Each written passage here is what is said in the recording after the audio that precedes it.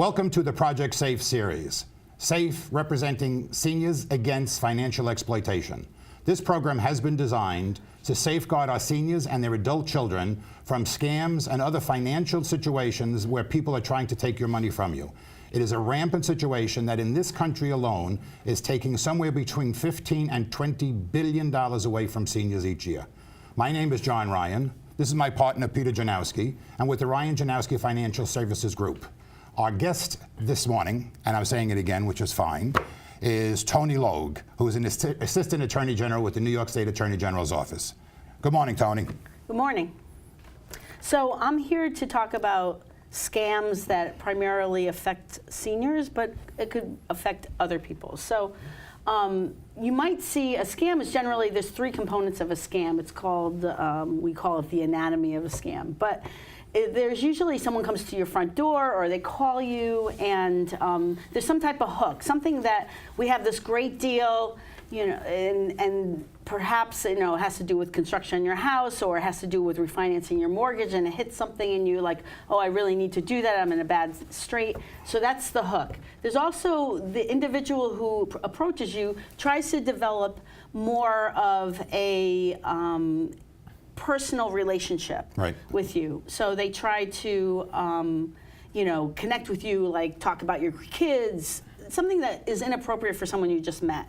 So that's number two. And number three is that there's a time period that you have to react by, and it's usually then. So that's usually the main red flag. If someone's saying you have to, before I leave here or before I get off this call, you absolutely have to take this or otherwise it's not available to you. Right there, they're trying to put pressure on you. That's created, and that's usually, you know, a big indicator that it's a scam. Oftentimes, too, they get you into a conversation where they'll turn around and say your grandson, or they're going to turn around and say your husband, and then you'll say, yes, my husband, John.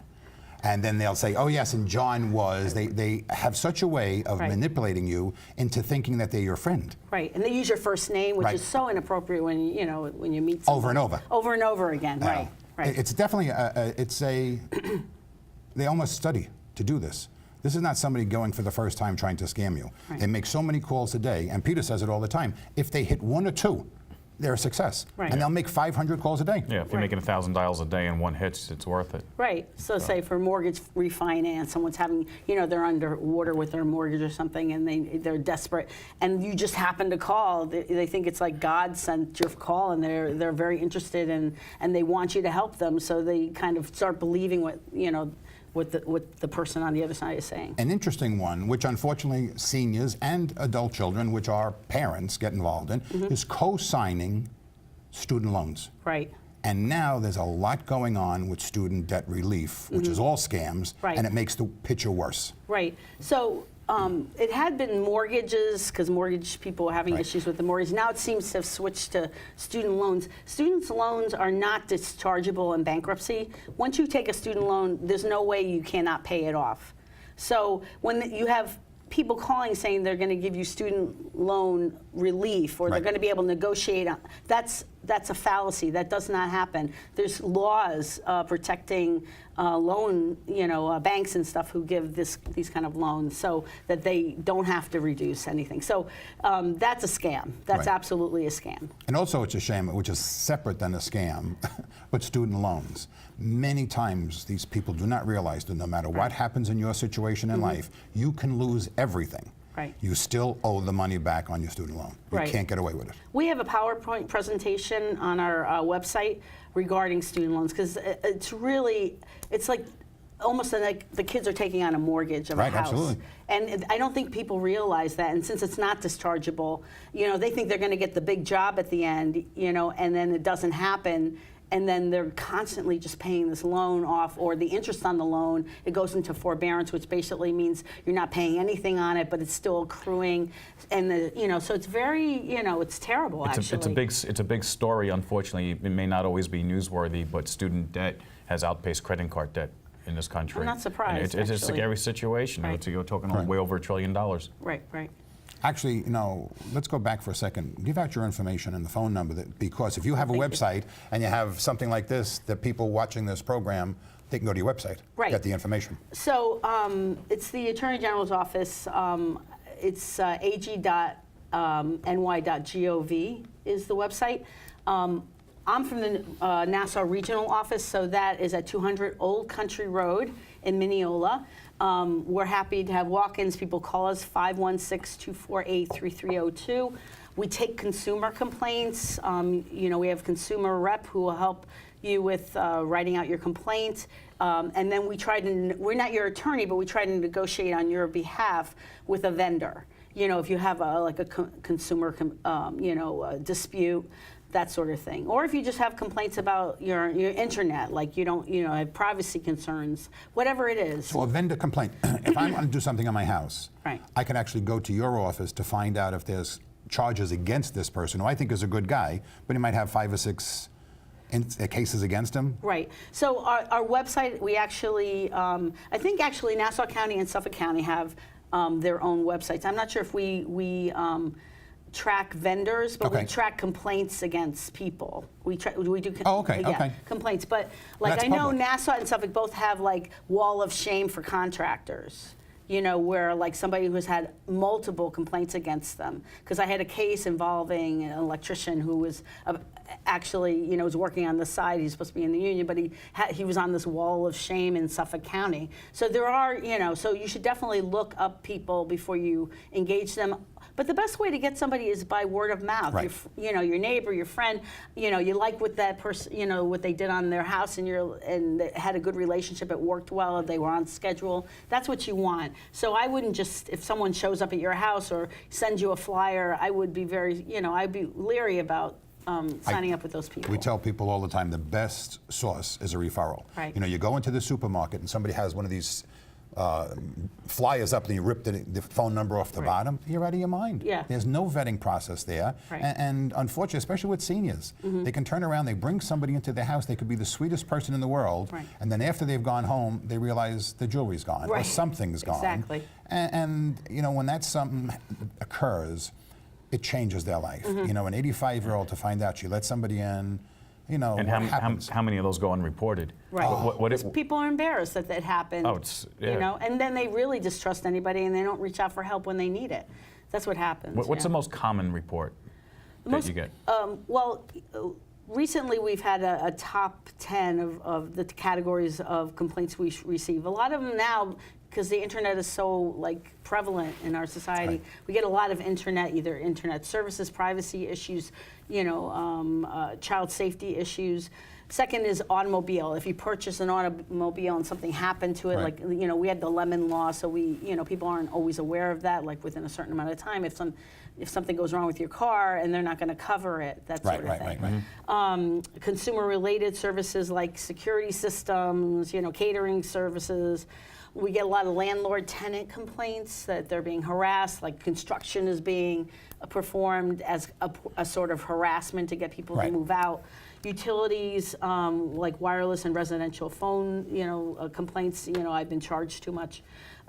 Credit, debt collection is still, very prevalent, and people are being harassed by debt collectors. There are laws about it, but, people don't realize there are laws that protect them from that. The terrible thing about debt collection, and it's John Oliver?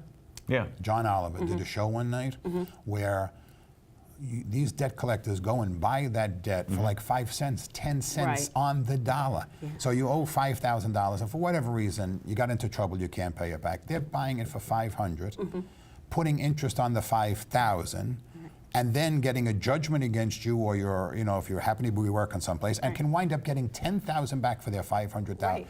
It's just a disgrace. It's crippling Yeah. for people. It really is awful. It's amazing that's legal. You think at some point to say, hey, listen, debt is not sellable. Right, right. But I don't want to open It a can of becomes worms with that usury. conversation. It becomes Yeah. usury. It really is. Right, right. Absolutely. And the person who is in trouble, debt-wise, is not the affluent person. I Right. mean, you can have the single mother that, all of a sudden things have gone bad, Right. and she needs food. Could be medical bills. Right, medical bills Could be, too today. yeah, It's just, but sincere some of those debt, things yeah. are it's ridiculous just bringing that one up. How, and therefore the person gets further into a hole. But that's when you have to talk also, and we say this all the time, especially for seniors, but even the adult children. And I see it more and more, there's groups, in the senior center you'll have lunches every day. bring it up. Right. Talk to somebody. You don't have to tell the person how much money you have, or if you're being sued, you're 10,000 or 50,000 in the hole. Right. Just say, have you ever heard of this?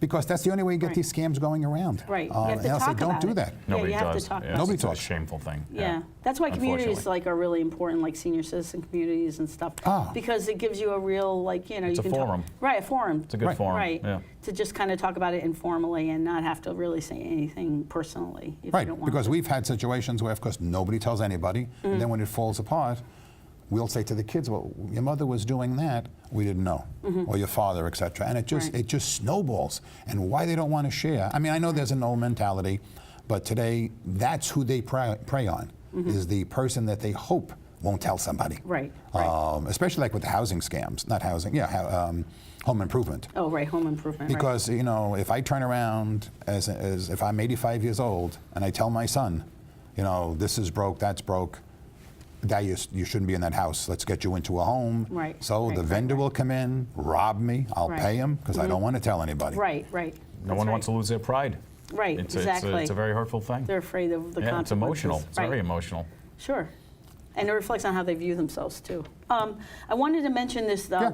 Our office had a case where somebody was paying for the STAR exemption. You know, STAR exemption, everyone can just sign up for. Right, right. But he was sending a flyer saying, I'll sign up for you, and it's a $100 fee. And he was doing mass mailings, and it was mostly affecting older people because they were like, oh, I guess I need to, you know, get this person to, you know, which of course you don't. You know, it's very easy to sign up for. Anybody can do it. Right. So we actually got a case where he was told our office brought an action against this individual to cease and desist, and then he has to pay fines back. You know, it was just a recent case. So that's important. STAR exemption, you're entitled to. It's easy to sign up for. You don't have to have somebody do it for you, and especially someone who's asking for a fee. Right, I agree. So it's just like fleecing people. It's for nothing. It was, Yeah, I understand it. And as shame of those things are, that's exactly what they're doing. They're going after people who don't know better. right. They're preying on the weak. Yeah, and I've gotten stuff in the mail sometimes that looks so official. Right. That I'm saying, what happened to you? And then you realize it's just, you know, you got to look closer. Right. And there's a misspelling, or it's not .com after it, it's .cam. Something on it is wrong. Right. Or they'll have the picture of the state, like the map of the state or something. Right. And you think, oh, looks this has to be official. official. Just because they put a map of the New York State on it doesn't mean it's from New York State. Right. You really have to read it. I mean, it's really, and they're not breaking the law by doing that. They can put whatever logo they want, but it is kind of like, it gets to a point where, It's misleading. It's misleading, right. Well, we talk, Peter and I, all the time, how they cannot trace this back to the person that's starting the crime, so to speak, like the IRS scams, where you actually make a check out to the agent, Right, and he has to deposit it someplace. right. Yet none of these people ever seem to be able to get caught. I don't Right. understand it I whatsoever. think because they're from other countries a lot of Oh, times. I'm Yeah. sure. Oh, who knows Yeah. where the call's coming from? Right, right. I once had a call on my cell phone, and I knew it was a scam right away, so I hung up. And we were in the office, and it happened to be slow at the time, so I called back from my landline. And somehow they knew who I was. I said, look, I just got a call. I said, oh, you need $1,700 immediately to the IRS. I said, all right. I'm in Garden City. I'll drive over and do it. He says, no, you have to do it through a Western Union. It's the only way. I said, but I'm so close. Why bother Western Union? I'll just drive over and take care of it. He said, do you have $1,700 in cash in hand? I said, no. Could you go to the bank? I said, I could go to the bank, but I don't think the cord on the phone is long enough, because he wanted me to stay on the phone with him. So I had nothing to do. So unfortunately, I was just pulling his chains a little bit for 10 minutes. But I'm sure there's plenty of people, like I said before. You know, you make 500 dials a day. One of them gets through, and it's $1,700. Right. Documented. Right, and the IRS is never going to call you. Right. No. They want paper. They want paper trail. So they're always going to mail something to Right. you. You know, they might even do registered mail if they really want to get a hold of you. But yeah, they're never going to call you No. in Right. the first instance, you know, or even, you know, or any But the time. other thing is, even if you get one of these letters that you're confused about, you don't even call the number that's on the letter. You go to the phone book, you know, you look up IRS, look up Attorney Right, General, exactly. and you call your number in Mineola. You're going to get somebody and say, we never sent you a letter. Thank you very much for following up on it. But, you know, that's bogus. Right. I get calls occasionally, like from credit card companies saying, oh, you know, we think you've been, you know, there's a fraudulent purchase or whatever. But sometimes they don't always have the information, and they want personal information then back from me. Now, they've called me unsolicited. Right. They want me to get, and I won't do that. I'm like, okay, I'm going to just call. If you don't mind, I'm just going to call Citibank, and I'm going to talk to them directly, and I'll ask for their fraud, and I'll get to you that way. But I'm not, in the first instance, giving you information. Oh, no, I understand. Do you ever tell them, who you are? No, never. Are you kidding? Give your title. I like my job. No, it's the truth, though. Yeah. People are too quick to jump, because they get nervous, and they want to get this taken off the plate immediately. And because you don't wind up with billions, and this is educated people too. Right. When they're not just going after uneducated people in society, they have to go after the people with money. Right. So 9 out of 10 times, the person who has money has nothing to do with education. It has to do with emotion and fear. That's what they're preying on. Right. It doesn't make a difference how educated somebody is. Right, I agree. But that's also the point that we tell everybody is to have a trusted contact, because if you're not sure, it could be a child, it could be a neighbor, anything like that. You're not sure of something, you have to take a deep breath, don't react right away. And if you're not savvy enough or to understand, to call the company, the credit card company, hey, is this real, or is someone putting me on? Have a second set of eyes look at it. Right. Senior citizens are definitely a demographic that are being targeted because of that reason. It's easy. So a lot of times they're alone, they're by themselves, in their own households, and they don't really have, like you're saying, anybody to talk to. Yeah. Winter is the worst time for them. Right. Because they're just sitting in the house. Right. And it's dark. And they don't want to go out because they might slip on the ice or the snow. Right. And so therefore, when that phone rings, and I tell them, don't answer it. Most of them have an answering machine. Let it go to the machine. I get home at night, and I don't answer my phone. You pick it up, and I have 4 or 5 messages. Every one is nothing. I mean, nothing meaning they haven't even left the message, which means they realize they're wasting their time. Not a number I recognize. So why pick up the phone? The senior, you don't have to pick. But they're lonely. And even in the summer, even though it's not as dreary, if you're sitting there for hours a day watching TV, especially somebody if you can't get around as well, it's, It's exciting to get a phone call. You're like, oh, who is this? It sounds terrible, no, but it is. It's true. Yeah.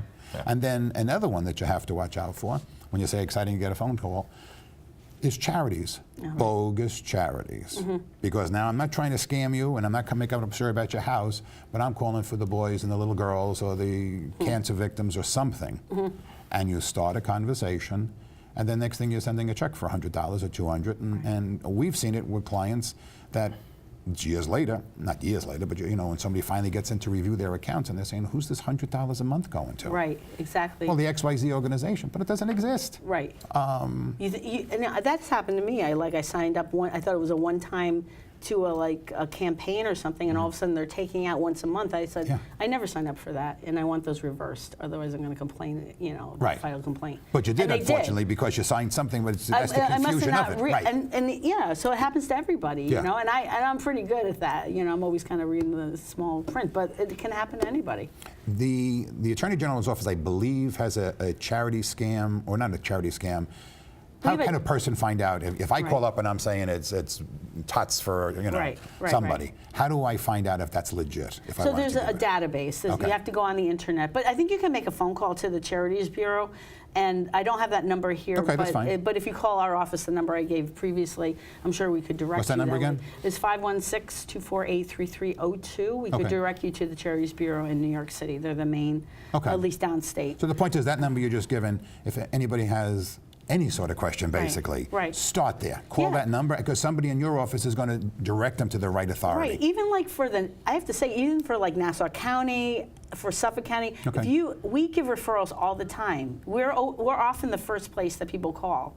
Where to find this, where to find that, and we're happy to do that because this is our constituents, frankly. So we're trying to help people. No, I agree. Yeah. And it's the whole purpose is to work together. Right. And we've said it before with the trusted friend and with the senior centers.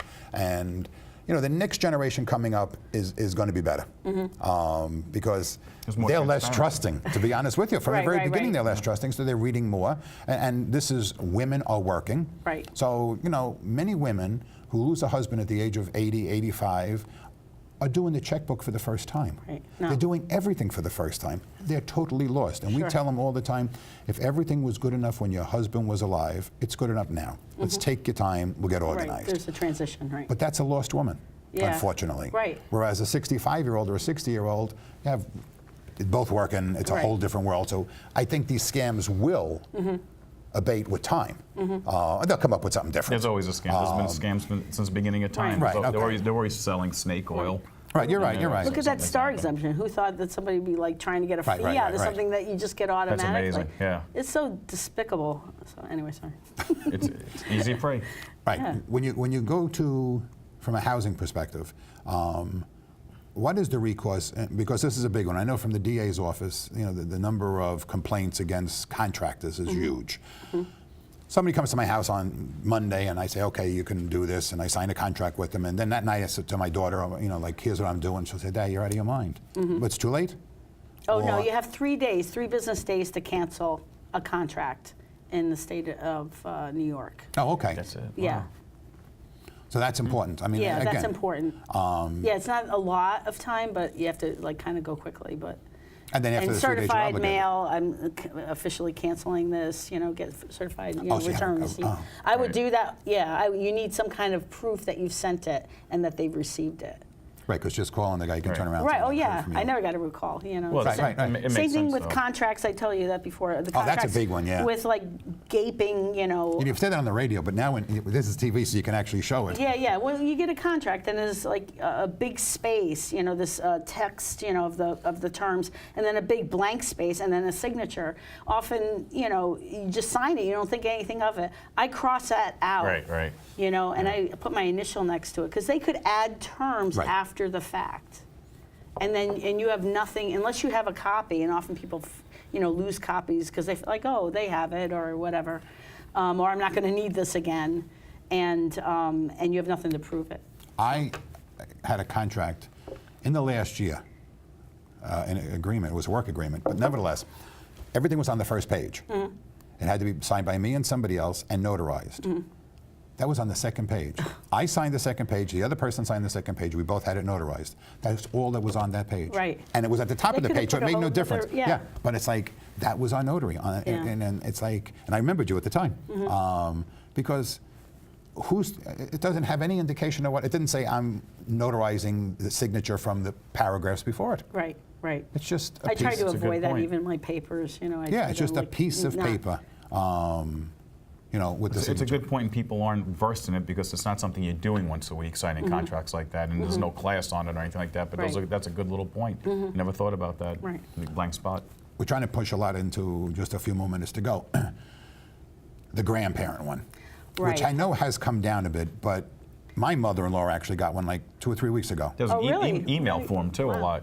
with the And they grant. Oh, said yeah, my that's grandson. emails, right. They said her grandson's name, but my wife was like, "Are Wow. you sure they said it?" Or they said your grandson, who was away at school, and you said the name. So because my wife's familiar with the conversation, right. and so my mother-in-law couldn't determine whether she gave the name, but had a nice conversation But once with she the guy. gave the name, probably they were like on it. Because They were- she said to my daughter, she said to my wife, which is her daughter, "Oh no, he said his name." Okay. And again, she was like, "Ma, are you sure?" Yeah. But yeah, they wanted money because he was away, and he is away in school, but he had gone on a trip and yada, yada, yada. Right. And of course, conversations with me, she knows enough about this stuff, so she called my daughter. Right.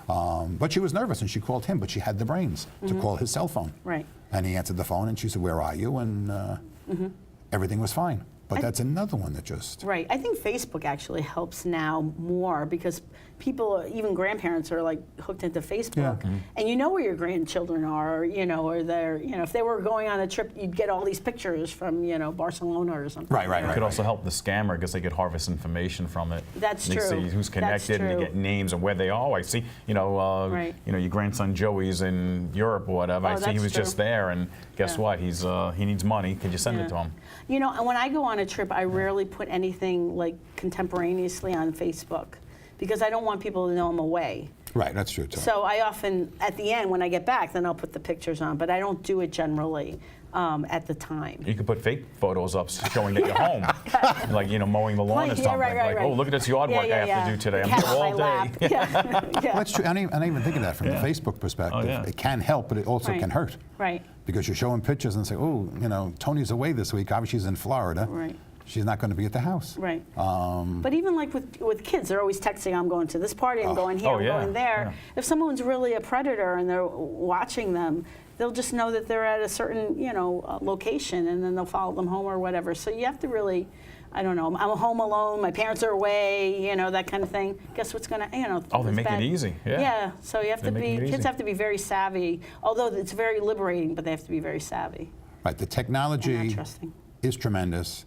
and it's beneficial to society, but everything has a price. Right. You know, and you know, like, I don't think of it all of a sudden you see the other side of it. You know, you're showing a picture from where we went away last year, and I don't use Facebook that often, but I did put pictures up. So obviously, well, there's nobody in that house. Right. that's Seriously. what- yeah. Oh, yeah. Yeah. That I wouldn't even think And about that. it's easy between Facebook and Google and public records. Someone could get your home address and where you work and where you live and who's connected to you within 30 seconds. Right, right. It's Right. the easiest thing in the world. Oh, I want to just say for always important, you have to shred any documents that have your name, you know, address, any like account numbers. Always shred. That's so important. And that's one thing I do find with seniors. A lot of them have, it's $100. You know, at Staples, they have their own small shredder.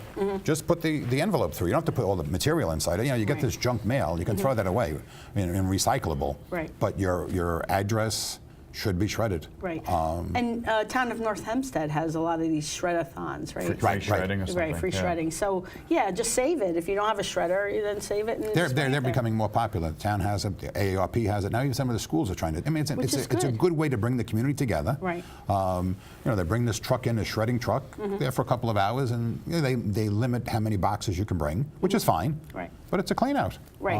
And it's also bringing to your attention why you should be doing it. Right. Which right. is the main issue, thing. and to never forget. Yeah. Right, right. Don't put stuff because once you put it out in your garbage, there's no right to privacy regarding things that are in your At garbage. the curb or something, right? Right. Something like And that. you see Yeah. the people, you know, going around taking the bottles out.